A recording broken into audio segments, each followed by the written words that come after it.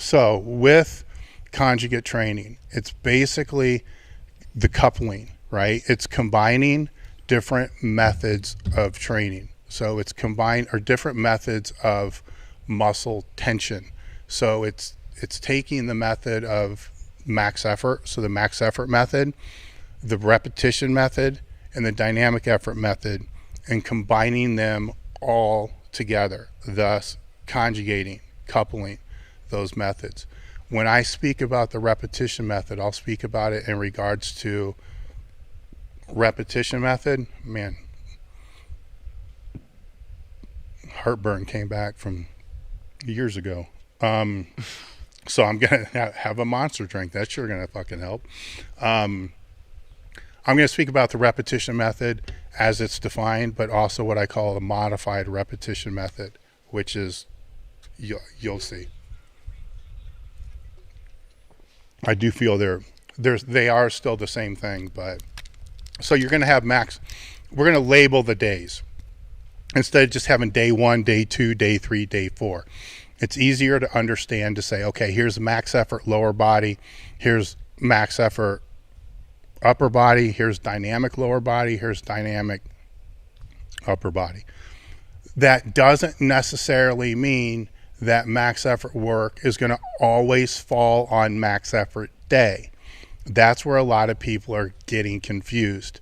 It would be easier if I could go back in time and to explain this all over again. I would say you got a heavy upper body day and you got a fast upper body day, or maybe even a slow upper body day and a fast upper body day, a slow lower body day and a fast upper body day, and kind of go that route, or heavy and light instead of max effort and dynamic effort. Because when people ask me about the max effort method, well, that's working up to a 1 rep max. And the question then is, well, what if I do a triple? Well, it's not max effort then, it's sub-maximal. Well, so-and-so says that's what max effort, you see where the confusion starts to become. It's because the days are called max effort day. So the method that might be used could be a max effort method, or it could be a sub-maximal method. So sub-maximal is just max effort intensities are going to be 90% above. All right, sub-maximal is going to be, you can kind of say pretty much anything that falls underneath that. So you're going to have max effort lower, and let's just say this is Monday. All right, and then Wednesday, max effort upper. Friday, dynamic lower. Sunday, dynamic upper. I always forget to put warm-up in there. Warm-up really should be before the max effort exercise. The warm-up that I have them do, and I'm not saying that this is the best, it's a series of 5 or 6 different exercises which is performed in a circuit, which means there's no break between the exercises. The exercises are light. They're not performed at any type of failure or close to failure, and they may go through the rotation once. If they go through once and feel good, that's all they need to do. If they don't feel like they're ready to actually do the next exercise, which would be the max effort or dynamic work, then they'll go through twice. So I think I have it programmed 2 to 4 rotations, but if one works, it's fine. If it takes 4, it takes 4. But even with the 4 rotations, it's not going to take more than 10 minutes. And some of the exercises that are included in there are hanging leg raises, we're using straps, so not hanging onto the bar, but using hanging leg raises, using the straps or this harness straps, because I want the lower back to distract. That's the main reason for that, is I want the hips to open up and the lower back to distract. And then if they have to do a knee raise with a hip tilt, and that's the best they can do, that's where they start. The goal is to get it to where they can actually bring their feet up, legs straight, and kick the bar at the top. That's what I would like to see. Repetitions I don't even program. So it's 4, 5, 10, whatever they want to do. It's whatever they want to do. I just want, the biggest goal there is to open the hips up and to get a little ab work in. That's from there, the next is it's a bent knee reverse hyper. So it's not really using the weight. It's, some of them will use the weight and use the pendulum reverse hyper. But it's just getting the back and getting the glutes firing. So it's more getting the glutes firing that I'm looking at. That's why I like the bent knee reverse hyper, because it's not loaded and it's just focusing on squeezing the ass to get it to fire. Then the next movement may be pull down abs, which I've done videos on. You can search Google to be able to find it.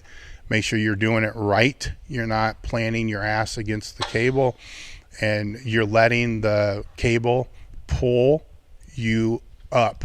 So the cable machine and the strap is basically held under your chin. So in the top position, it's pulling your spine apart. So it's, again, it's distracting your spine. Then it's forcing you to, at the bottom, I want the lower back to round over to stretch the spinal erectors, then to come back up again. So by doing this, basically bending over and standing up, you know, with weight, we're getting that distraction, we're getting the hamstrings stretched, and again, we're getting the abs activated from there. Next movements like face pulls, band pull aparts, you know, and glute ham raises. So the glute ham raises might be 1 rep, it may be 3 reps, it could be 10 reps. It depends upon their strength. And that's it. So it's enough to get everything activated and firing. It's enough to get a little bit of a sweat going. It's better than them walking on a bike or walking on a treadmill or riding a bike, and gets them moving. Sometimes if they're late, they don't do it. They just jump right into the mix, and I like that. I don't like them not doing it all the time, but I like them being conditioned enough to be able to jump right into the mix, because that's the whole point of doing warm-up work in the first place, is to warm you up, but to also prepare you to be able to do whatever you need to do if the warm-up can't be done. And I don't think it has to be any more complicated than that. So let's just take this day by day. So with the max effort lower body exercise, you want to change this. You want to change it every week. I've done it every way possible. You know, I've had people say, you know what, my guys do real good doing 5s on 1 week and then 3s on the next week and singles on the 3rd week. And if they're a beginner, you know, that makes sense. You know, they get acquainted to the exercise on week 1. They do a little bit of strength work on week 2. It leaves them a little bit of, you know, strength left to hit it on the last week. I think that you can still change it every week, regardless of the skill level of the athlete. You know, you're going to have if it's a beginner, you're going to have less max effort exercises that you're going to rotate through. You may only use 6 to 8 total, where if it's a highly advanced lifter, it's somebody that's done conjugate training for 10 years, they may not repeat the same max effort exercise for a year. They're going to keep rotating it through because they need that different stimulus over and over, you know, all the time. Where a beginner still has to develop that neural efficiency and the coordination skills and the skills on lifting heavy weight. So you want to keep the movements down a little bit. I would say with this, you want to use a mix of good morning type movements,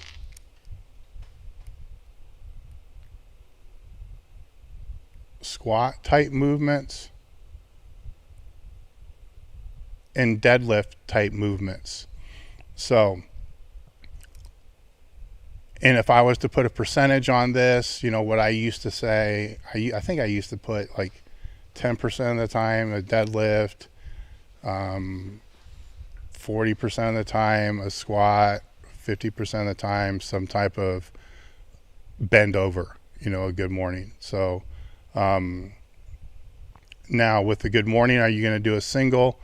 I found over a period of time, no. The good mornings are going to stay submaximal. So they're going to stay, like 3 to 5s are what you're going to work up to, 1 to 2 sets. With the squat, it's definitely going to be a single. With the deadlift, it's definitely going to be a single.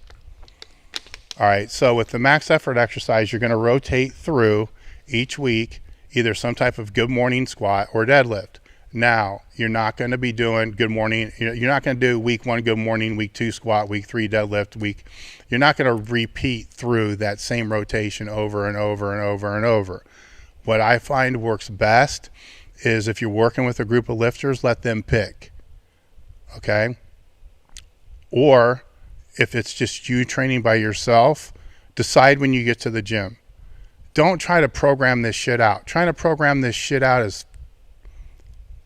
I'm going to try not to curse here. It's not smart.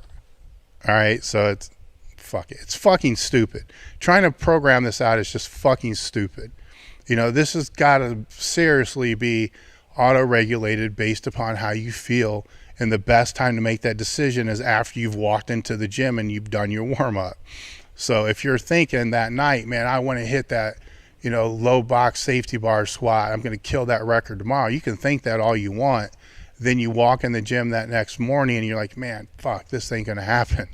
I got to do some kind of pull. I got to do a high pin pull because, shit don't feel right. My hamstring or whatever just doesn't feel like it's on point. You want to train things that feel like it's on point. You want to train things that you're excited to do. First off, you're going to put more effort into it. You're going to enjoy it more. And the number one goal of this whole movement is to strain and to teach you to strain so you can learn the ability to strain with heavy weights for different periods of time, say 3 to 5, maybe even 7 seconds. That's the main goal. So you want to change the exercises around enough for variety. And the reason why the deadlift is lower is unless you're built to deadlift, the deadlift is really hard to recover from. So if it's somebody that's built to deadlift, yeah, they can do this way more frequently than somebody that's not. Most people aren't, so the percentages are really irrelevant. You want some type of variation of a good morning, a squat, or a deadlift for that max effort work. Now, there's search elitefts.com, lower body max effort variations. I believe an article will pop up that's got over 1,000 different variations with just a freaking barbell. So you'll find the ones that you like, and then that's what you stick with. Now, how do you work up to it? You go through your warm-ups, and as you're warming up, start with the bar. That was one of the things I learned from Westside, which was kind of a wake-up call for me, is most of the gyms I trained at before that, you would think that a plate was welded on every bar that was in the gym because there was never less than a plate. There was a plate, at least in the gyms I trained at, there was a plate on every bar and every rack and every bench, so that you just started with the plate. You go plate, until you had your training weight. Really fucked me up when I came into Westside and everybody started with the bar. Like, I don't get this. And, over a period of time, I started to understand why. You do the reps with the bar until the bar feels like a bar. And then you'll go, if it's a bench, you'll go to 95 pounds. If it's a squat or a pull, you'll go to a plate and kind of go from there. And then every time you jump up, it's based upon the set that you just did. So if you did 135 and that felt good, and you're doing triples to warm up or whatever you decide you want to do for your warm-ups, doubles, triples, singles, doesn't really matter. I mean, you do want to get some type of work done. So I wouldn't suggest doing all singles on your warm-up. I'm more inclined to like doubles and triples as for all the warm-up sets, just to be able to develop more workload when you start to get to the heavier weights towards the top. And then 10% jumps, probably more along 5% jumps all the way up until you get into that striking range of where your PR is or where you think your PR is, and then knock out the PR by 5 pounds. Or if it's been a long time and you haven't been in that exercise, I'm not a big fan of hitting the PR, but if you want to hit the PR, hit this, hit the same weight that you did before, or, whatever it is. But you want to try to get somewhere between 2 and 4 total repetitions above 90% when you look back. So after you're done with your max effort exercise and you look back at what you did, there should be at least 2 reps that have been done over 90%. So that could be 90% for a single, 94% for a single, and then that's it. You start to get over the 4, then you're starting to push the limits of what you're going to be able to recover from. But that's the same with any max effort exercise that you decide. The second grouping of movements. So we say the warm-up is the first category. The max effort would be the second category. The third category is what I call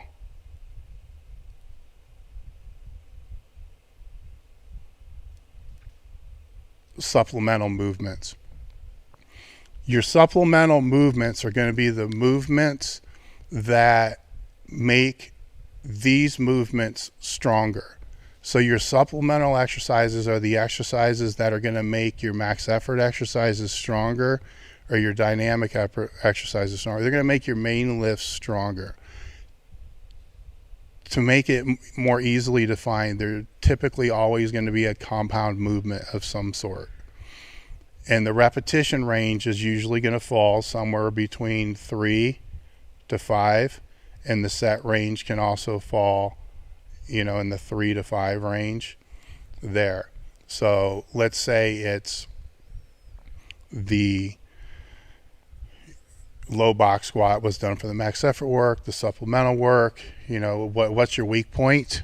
That's where weak point development comes in there. Most people have no idea what their weak point is. So they're like, shit, I can't do this. I don't know my weak points. That's fine. Just assume it's your hamstrings. Most lifters, it's their hamstrings. Depending upon, now you got a lot of guys that are squatting closer and their knees are coming, the shin angles pretty much right where the toes are. So you can start running into quads being the weak point. So squat style depends upon this a little bit. So I still say even if you're that type of lifter, hamstrings are still glutes and hamstrings are a giant driver of the power lifts. So if you don't know what your weak point is, just assume it's your hamstrings. So for the supplemental exercise, you're going to be looking at some type of hamstring movement, like a glute ham raise, an RDL,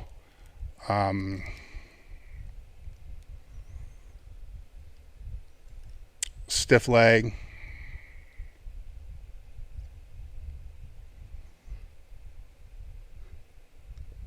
I'm not really a fan of a manual leg curl as a supplemental exercise, but it can be.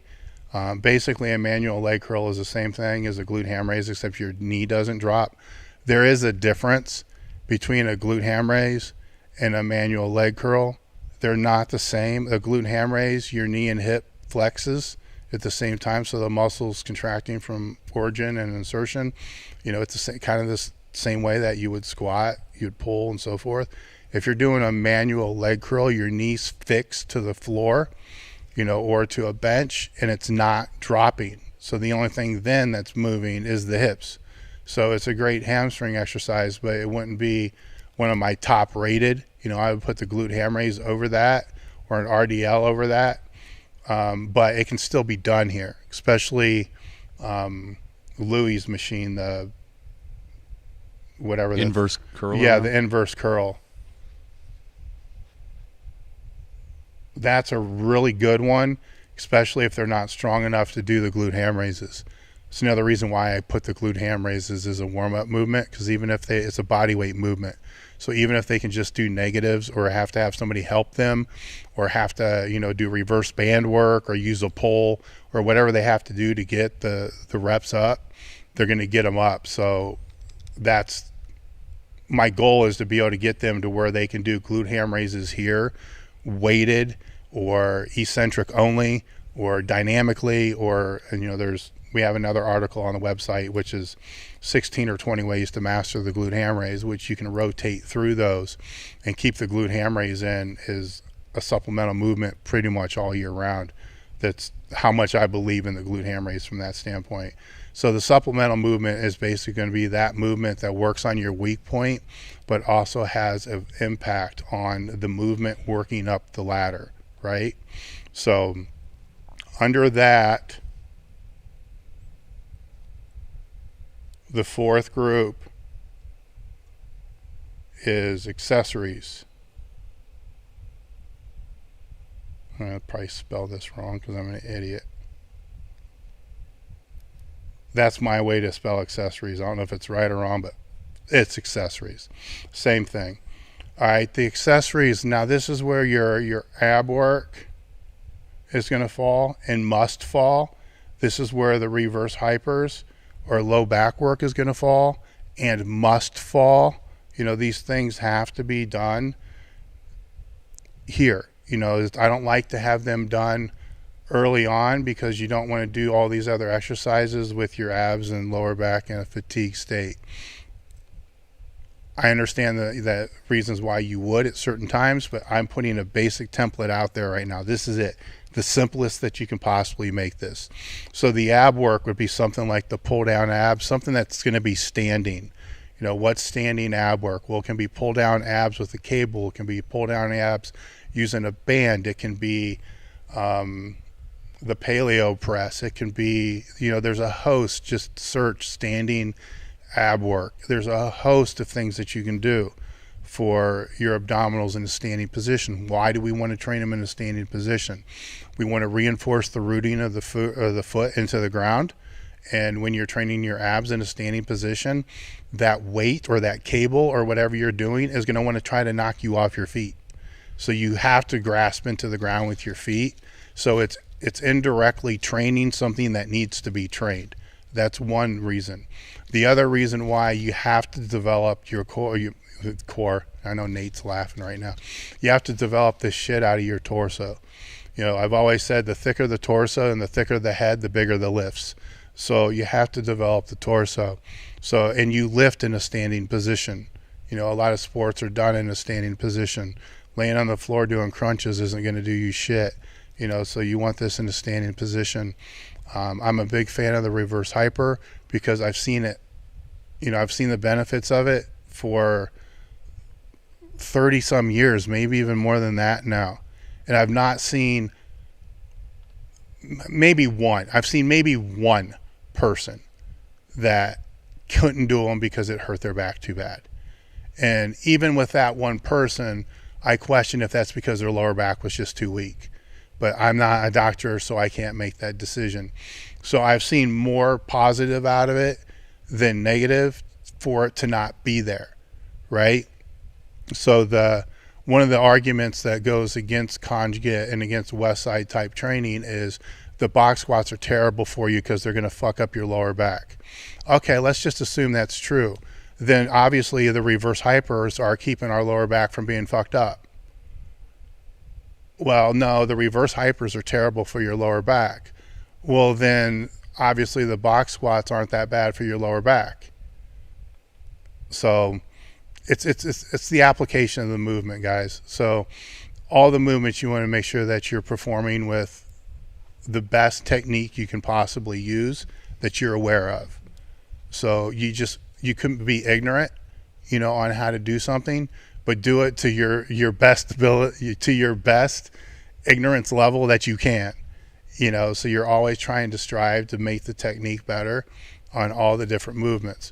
Where technique begins to break down is where joint issues start to happen, where overuse issues start to pile up a little bit more. In the fifth category, somebody just said, how long are those phases before you would rest and change the weight? I don't know if that's too general of a question. I understand what he's talking about. Okay, so for the supplemental exercise and for the accessory exercise, you always want to, you can stick with these exercises for as long as you like. The max effort exercise you want to change every week. For me personally, when I was training, my max for my squats at Westside for 8 years, I don't think I changed a single exercise except the max effort exercise. Now, I did change the dynamic waves, which we'll talk about that. My supplemental exercise was always glute ham raises, pull down abs, and reverse hypers. Never, ever changed. I might do other things after that, but those never changed. But how I did them, always did. So the glute ham raises one time might have been just pure volume. And this was all based upon feel. So if after I may have a max effort squat day that just kicks my ass, and after that movement, I'm already fucking sore. Well, then obviously I'm not going to go balls out on glute ham raises. I'm going to go volume. So I'm going to say, okay, how many reps can I get over 2 sets? Or how many sets will it take for me to get 100 reps? And kind of go volume from that approach. And then the next time I would do it, it would be Ball Eccentrics. So I come to the top, somebody hands me a 100-pound med ball, you lower it, to come back to the top, do 3 to 5 reps that way. Next time may be putting a box underneath the front end or underneath the back end to make it higher, so it changes the angle, which makes it way harder to do. That one we did a lot of. Sometimes it was, holding a yoke bar. I mean, we just mix it up. So it always changed. I changed it every single time. I think with intermediates or beginners, if you're going to keep the same exercise, keep it for 3 sessions, which means keep it for Monday, keep it for Friday, and then keep it for the next Monday, and then switch it to something else. And then over those 3 rotations, or the 3 times that you do it, try to either lift more weight or get more reps. And with the accessories, same thing. The accessories you can actually cycle longer. I would say with that one, you can probably run out for like 5 weeks, 4 weeks. It's, once again, it's dependent upon how you feel. But the accessories again, for me, I kept that the same year round. It's just the only difference was on max effort day, I did volume on the abs and the reverse hypers, where on Friday, on the dynamic day, I made it really, really, really fucking heavy. So on the reverse hyper on Monday, it was tight. I called it tight and right. So I did them really strict and really tight. So the repetitions were like 10 to 15, but man, it burnt like crazy. And then on Friday, it was loose and heavy. So that's where you loaded the shit out of that thing and then let it swing, so it really distracted, the lower back of the bottom, and then flex your ass as hard as you can, to get it up. And that would usually fall in the 5 to 6 range. So those are just examples there. But the accessories can run in phases of, I would say you can take that out to 6 to 8 weeks. Can you see that? Yep, 6 to 8 weeks. Where on the supplemental, maybe three times, and then this is 1 time, for that, and this will be the same as we kind of go through here.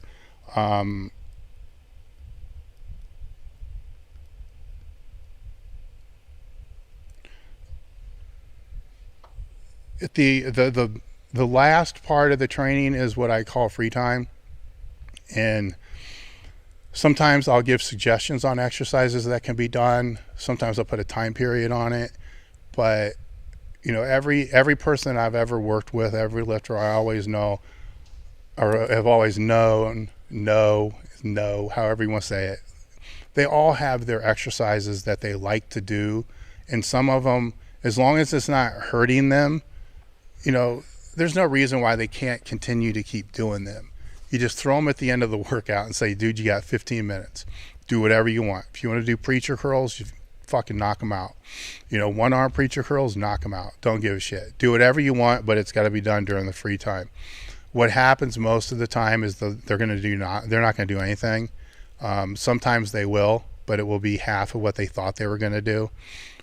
So it works really good for It works really good for kids, and it works really good for athletes that really are not, and I'm not talking this whole thing, I'm just talking having a free time period. Works really good for athletes that are doing their weight training as their GPP, because they're going to do curls, they're going to do push downs, they're going to train the shit out of their arms. I'm telling you that right now. If you're a coach, you already know I'm right. Okay, if you don't have benches in your program and you're a strength coach, they're still going to bench. They're just going to do it in their buddy's garage, or they're going to do it in the rec center. So build somewhere in there for them to be able to do it, and then at least it can be supervised. And they're in a fatigue state, so they're not going to be that strong. So they're not even going to be strong enough to do that much damage, you know. And it's not going to, because you're putting a time limit on it, which I like 15 to 20 minutes. And I definitely think you have to put a time limit on it, because if you get somebody that's super motivated on some day, they may be in the gym for 4 hours, all right, which just fucked up the whole rest of the week. So you put that time period on it, let them do whatever they want, as long as it's not something that's going to aggravate a pre-existing injury or something that's stupid for them to do. So I don't need to go into what all those things are. It's just anything that causes pain you don't want them to do. That can also be a time to put in, I really don't like the word, but prehab movements. If they're an athlete or a lifter that does external, internal rotation movements and think that really helps their bench, well, that's where it goes. You can also have, post-workout restoration time, which would be here, but that's not part of the 15 to 20 minutes.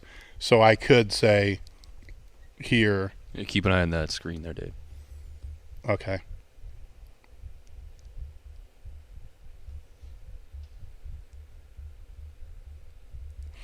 Post-workout restoration, but that's not always necessary, because that can happen on the days in between. It can happen at different times. So I'll just put a question mark there. The free time, I don't have to put how often that's going to rotate, because you're not going to program anything in there for them. So that's a basic max effort lower body. Okay, things are going to start moving really quick now. All right, now the max effort upper body works the same way every week. You're going to use some type of press. I can say horizontal being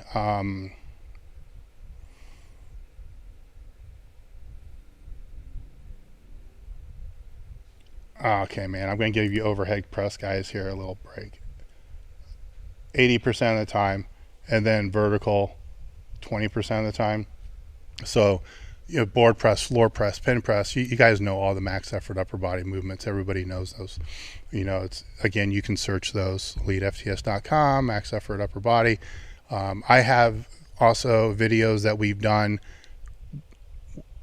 only speaking about the dynamic effort method. I have long form articles on that, long form articles on the max effort method, and long form articles on the supplemental exercises, which when this is posted, I will, when we post it on the site, at least as an article, or I post it in my blog, I will put those articles as links. Sometimes we say that we're going to put them as links in the videos, and we forget, because we want to get the video up for you guys as fast as we can. So sometimes we forget to go back and do that stuff, but it's always going to be on, at least in my blog. I'll always make sure to keep them in there so they're kind of together. And this will probably end up going on my IG bio link tree, because I think this is going to be a video that I'm going to be referring up 100 times a week to people when it comes to conjugate training. So again, you're going to work up exactly the same way like we talked about with the max effort lower body. Just start with a bar, 5% jumps. If you got to go a little bit lower, work up slow, try to get the, 2 to 4 reps over the 90% for that top, and you kind of roll from there. I mean, it's the same thing. Now, if it's a vertical, or it's an overhead, if you know how to do it, you know how to brace, you know how to keep your core, tight, then a standing overhead press is fine. I prefer a seated, back supported pin press from different levels. I like the forehead, I like the nose, I like the chin. They're easy to remember. So you got your chin level, nose level, forehead level, and then you can work up to, and that's usually going to be a single anytime you're pressing off a pin, because things get really funky when you start trying to do multiple reps off of pins, because the bar moves around and stuff like that. So single is definitely the way to go there. Once you get through the max effort exercise, we're going to fall into the supplemental. Oh, the warm-up, exactly the same. I use the same warm-up for the lower body as I do the upper body, because the upper body's got the face pulls, it's got all that crap in there too. And it's 2 more times per week that we get to get on the abs and get on the hip flexors and hit the lower back. So same principle with warm-up applies to all training days. Supplemental exercises.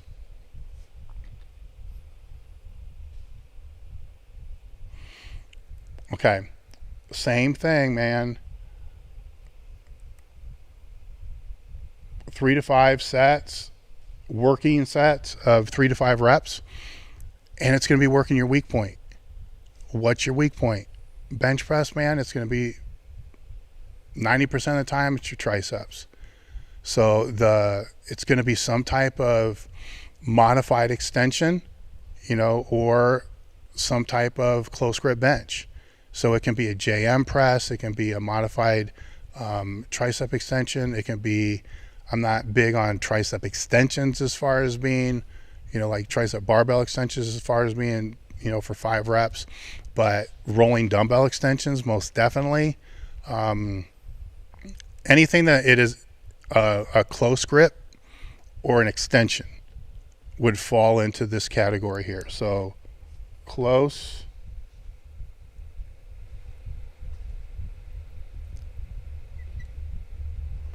grip or an extension.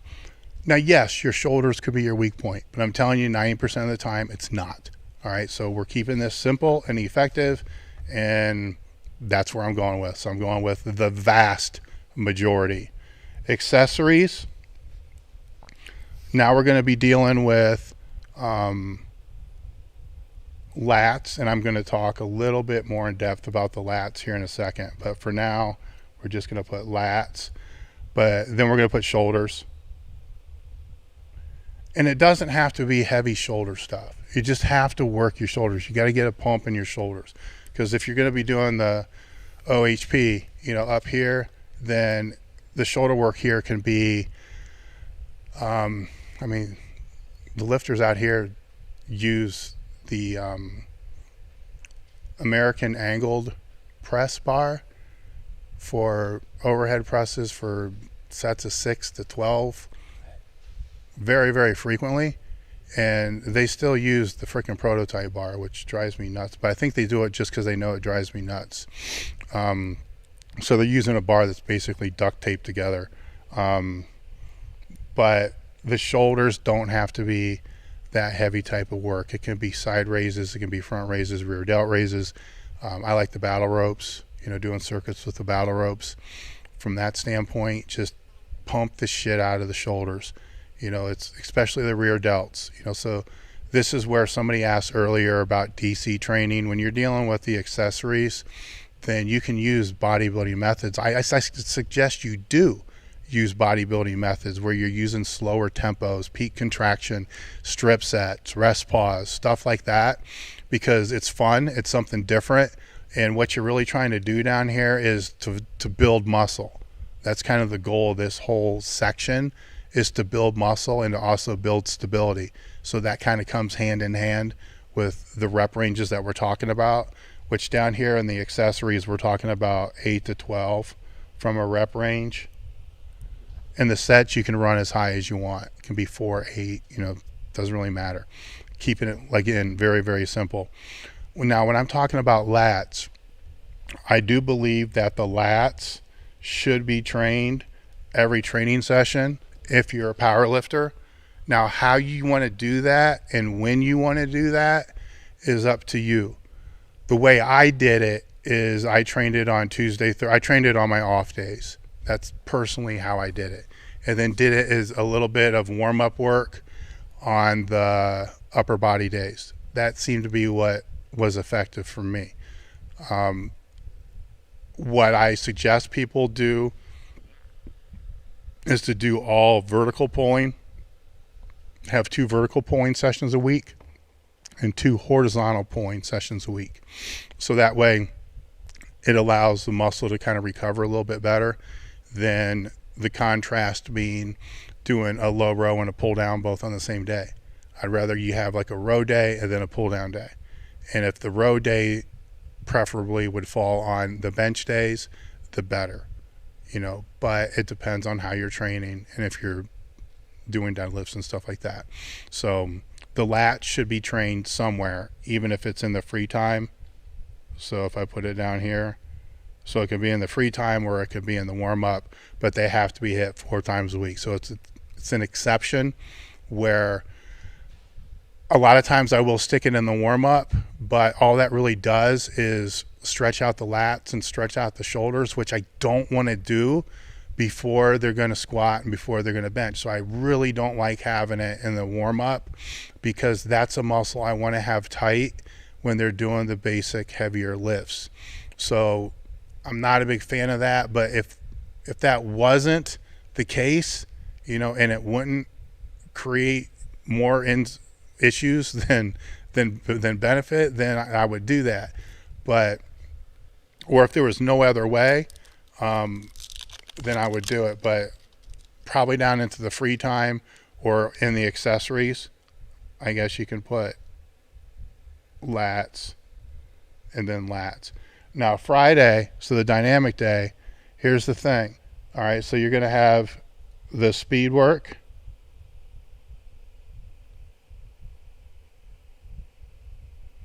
which is going to run on a 3-week cycle, 3-week wave. Okay, there are hundreds of 3-week dynamic effort cycles that you can go look and find.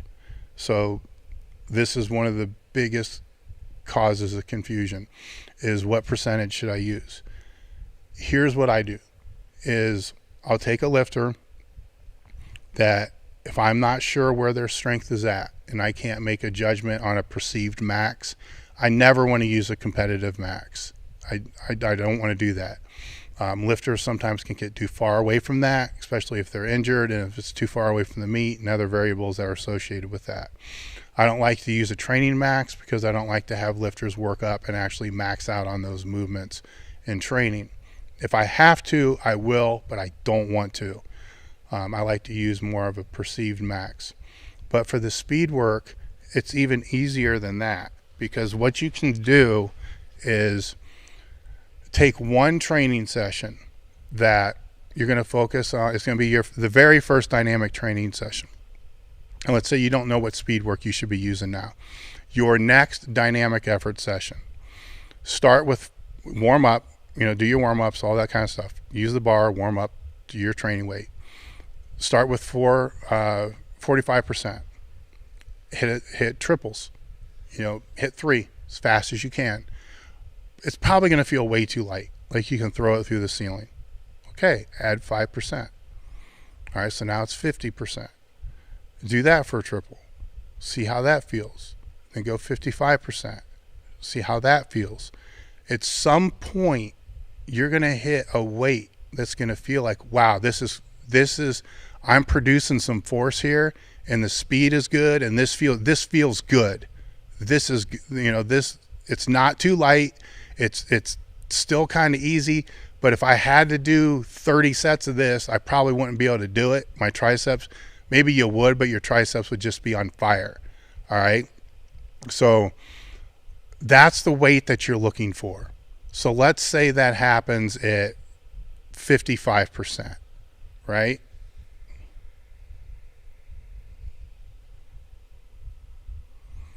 So go to the next percent up. I forgot where I left off. So 55%, then 60%, 65, 70. So you're going to keep working up 5% for each speed set until you start to notice that the bar speed is really slowing down, or your training partner says, whoa, shit, that's way off, where you started. Yes, fatigue is going to play a factor here, but that's fine. There's room for error. Fatigue can play a factor. It's fine. Wherever that begins to fall off, let's say it falls off at 70%. I know, I don't want that on screen. All right, so let's say it falls off at 70%. Now you can't do 70%. And you know where to start. So you're going to go and you're going to start at 55% and then go 60%, 65%. And right there is your 3-week wave. And that will be, say, 8 sets at 2. It could be 10 sets at 2. I mean, there's a lot of different, like I said, there's a lot of different dynamic cycles. You can search that again. I got a whole video just on that. But just the basic dynamic effort squat cycle with straight weight is a 3-week cycle of 8 sets of 2 reps on the squat.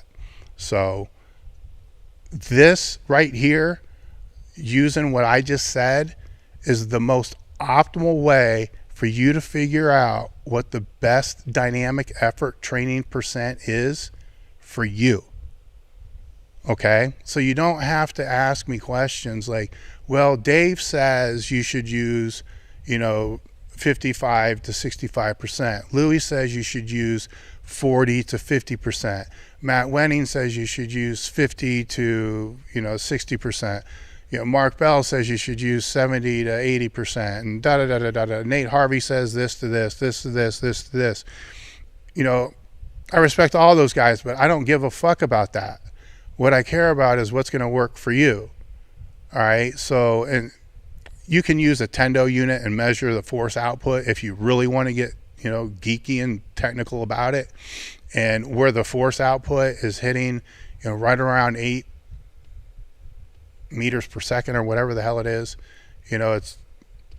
I never relied on those things. So I'm not a big fan of those. So it's kind of hard for me to be legitimate about it, but they definitely do work extremely well for a lot of people. So I just have a bias against it because it can be gamed, and I've seen athletes game it too many times. That if you're going to use it and you're going to use it the way it's supposed to be used, then I think it's a great tool, and I think most powerlifters would. But if you're a strength coach or if you're somebody working with athletes, it's bullshit. It just becomes, a dick measuring contest, and their form goes to shit. So this is very simple, especially now. You can even film it and look to see if it's faster, slower, or whatnot. So you do your speed work. Now we're into the supplemental again. I'm starting to find out this is not exactly fast explanation of this. Effective, not simple. Yeah, it's actually simple. At least I think it's simple, and it's effective, but it's not quick. So that part was bullshit. I left that out of the title. Okay. The supplemental is going to be the same as Monday, man. So it's whatever your weak point is. So it's the hams, right? So it's the hamstring. So you got the glute ham, RDL, stiff leg, the choice of all the things that we spoke about before, any other things that could kind of fit into that category. We already talked about how to rotate it if you want to hit it Monday, Friday, Monday, or if you want to change it every week. It's just you have to have some kind of progression on it to where you're always striving to get better at it. So if I'm changing it every single session, then when I come back to the glute ham raise of the style that I did, the next time I come back to that style, I want to be stronger at it or be able to get more reps at it. So, and I was switching the glute ham raise very frequently. And I was also extremely fortunate that I didn't have to ever write anything down, because Louis was like a mastermind of that shit. So I didn't have to. His brain with numbers is something that I've never seen before in my life. So I could simply ask him, you know, look, with the 100-pound med ball, what's my best on, you know, eccentric only glute ham raises? And I mean, he's like, 8. Okay, I'll do fucking 9. And that's kind of how it works. You don't try to bite off more than you can chew. You get the 9, and hopefully you get the 9. You know, you get the 9 and that's it. If I could have done 10, fuck it, I didn't do 10. I did the 9. You know, that way I know there's still something left in the tank. I could have done 10, maybe, you know, maybe not. That'll happen next time. It's still better than what it was. And that's the whole thing, is you need to move forward, you know, with your training progression being better than what you were. And that's way harder to do than what people realize. But when you're a beginner and an intermediate, it's coasting. It's not that hard. You just stick to the basic rules. Don't bite off more than you can chew, and just keep progressing forward, taking little chunks here and there.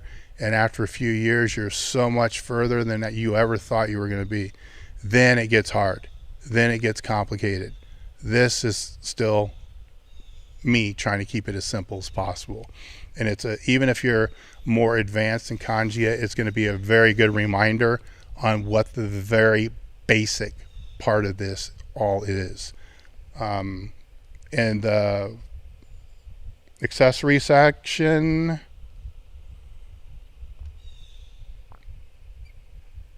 it's the same thing, man.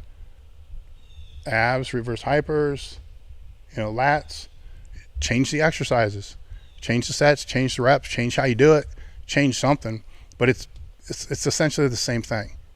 I mean, these are almost just carbon copies, except for the emphasis. The first movement is pretty much the same shit. You're just changing, you know, the exercises, but the main blocks are kind of hitting all the same stuff, you know. And the free time, you know, is kind of the same for all the days. You know, for the dynamic bench, you'll have your warm up, and Mike, come with me. You're going to have the speed work. This one here, you can run a 3-week phase or not. And you can come up with it the same exact way that I just told you how to come up with it with your squat. So say this ends up being a little bit heavier. Say this is like 60, 65, 70.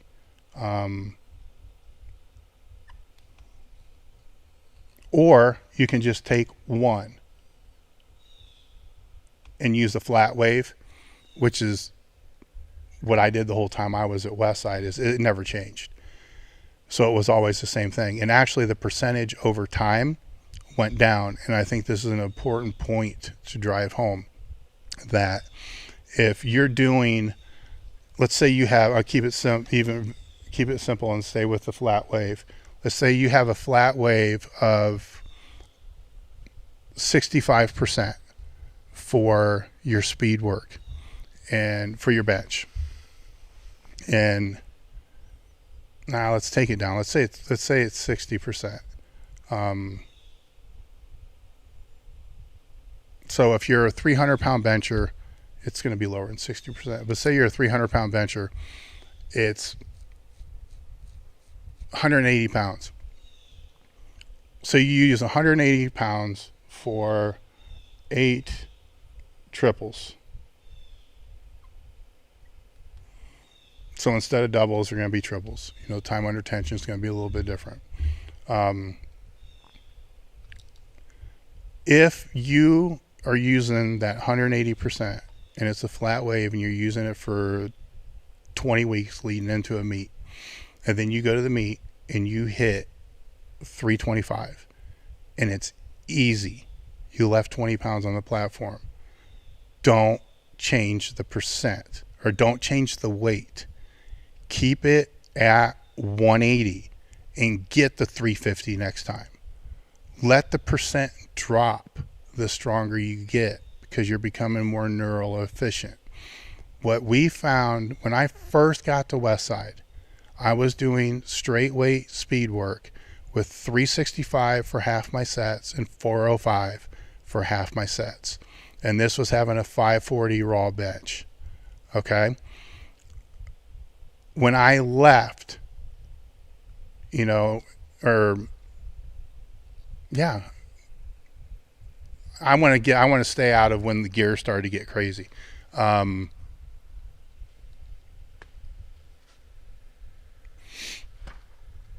Several years later, when my bench had gone up, it was a 520 raw bench, I'm wrong. When my bench went up to 585 with a shirt, and the shirt might have 25, 30 pound carryover. It wasn't a great shirt. I was using 245 and 2 chains per side for 4 sets, and 275 for 4 sets.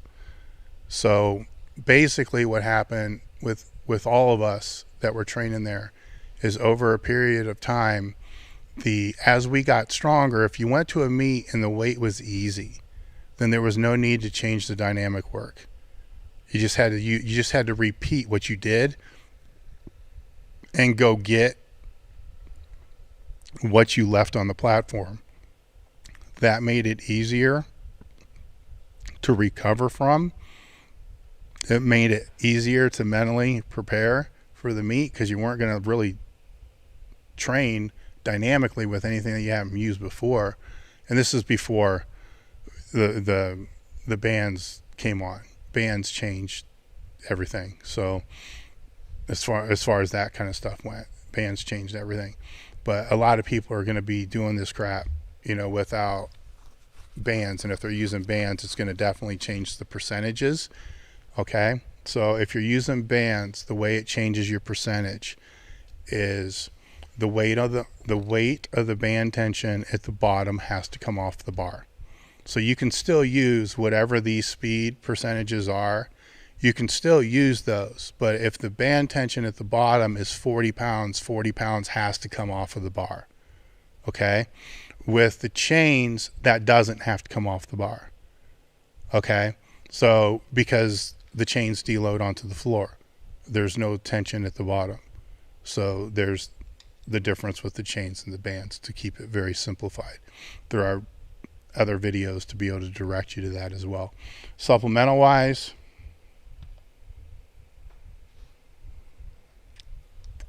difference going on here is it's going to kind of be the same, but the volume's going to be higher, and it can flip-flop. This could be the higher volume, this could be the lower volume. So it's still going to be, some kind of close grip and extensions, but instead of the 3 to 5s, this might be, the 10 to 15 rep range, or vice versa. You can swap it however you want, just so you're not pounding it all the time in that same rep range. So it's allowing you to better recover and build more muscle and not beat the shit out of yourself. And then the accessories,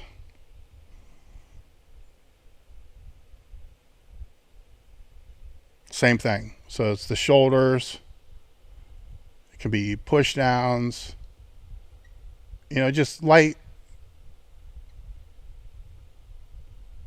bodybuilding stuff as the accessories. And then the free time.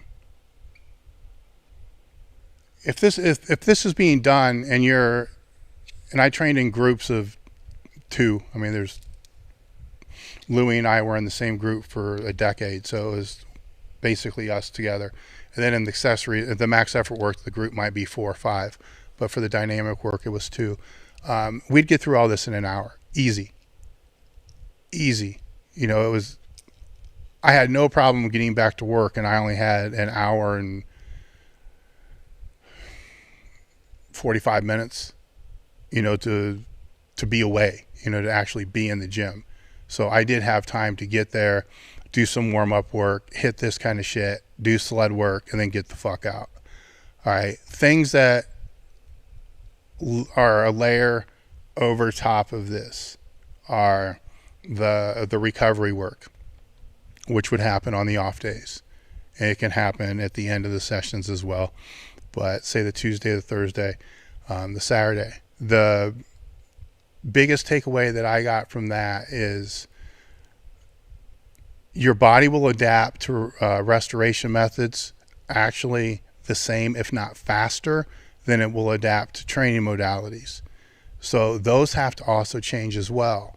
So the sled dragging and stuff like that, I had a basic sled dragging routine that I used a lot, but I had to break from it a lot too, because just the movement, and flushing the muscle was great for the recovery and the restoration, because a lot of the sled work is concentric only. But after a couple weeks, it wasn't doing shit for me anymore. So I had a week on, a week off, where I used, Louis had the rule of 60%. So I used that, where you were starting, so it was actually hard the first time, and then you would reduce by 60% of everything for each session for 3 sessions, then take one off and then go back up to the start again, and then reduce down by 60%. So if it's 100 pounds, the first session, then it's going to be 60 pounds the second, then it's going to be 30 some pounds the third.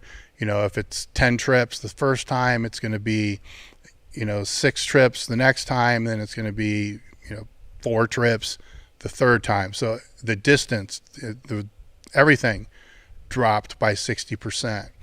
And so that was one of my main forms of restoration on the off days.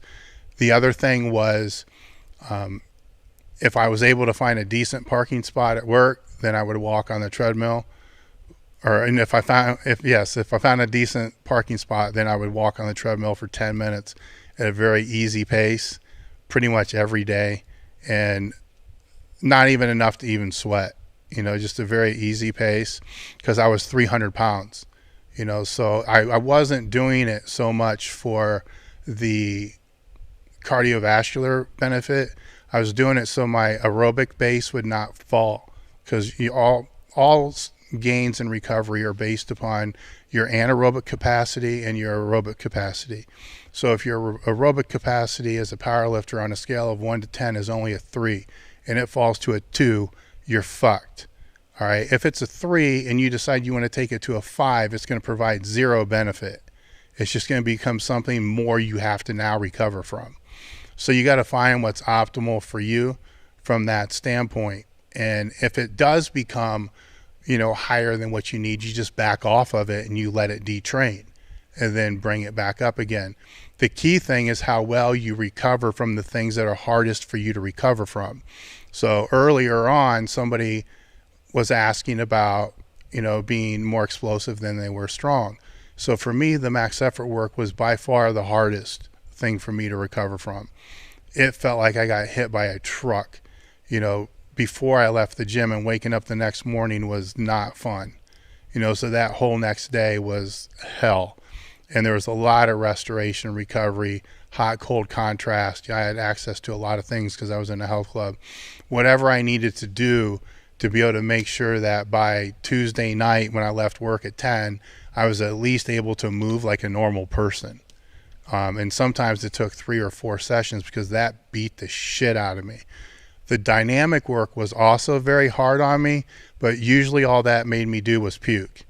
So it wasn't muscularly hard on me, because I was more genetically suited for that. All the recovery type stuff, or all the accessories and supplemental type stuff, I really didn't have that hard of a time recovering from that, because I was always used to doing a very high volume, very high workload from a training standpoint. So that was more of my problem there was more not listening to Louis when he was telling me to do less, exercises, where optimally he wanted it to be around 3 or 4 for me. And I still would have been pushing like 6, 8, stuff like that. I thought I had to do it. So it was, maybe I did, maybe I didn't. In hindsight, I don't think it really made that much difference. So not down there. I think that when you're on the top end of this spectrum with, the max effort work and the supplemental work, those are your most important things. Those are the things that matter the most. You get those right. I'm not telling you to do that or to do this, but if you get those things right, you can blow everything else off. I've seen people blow off everything. I've seen lifters that I trained with. It was, I'd only do the max effort and the dynamic work and leave and blow everything else off and gain like crazy. But they were also your more genetically suited freaks that didn't have to do this stuff.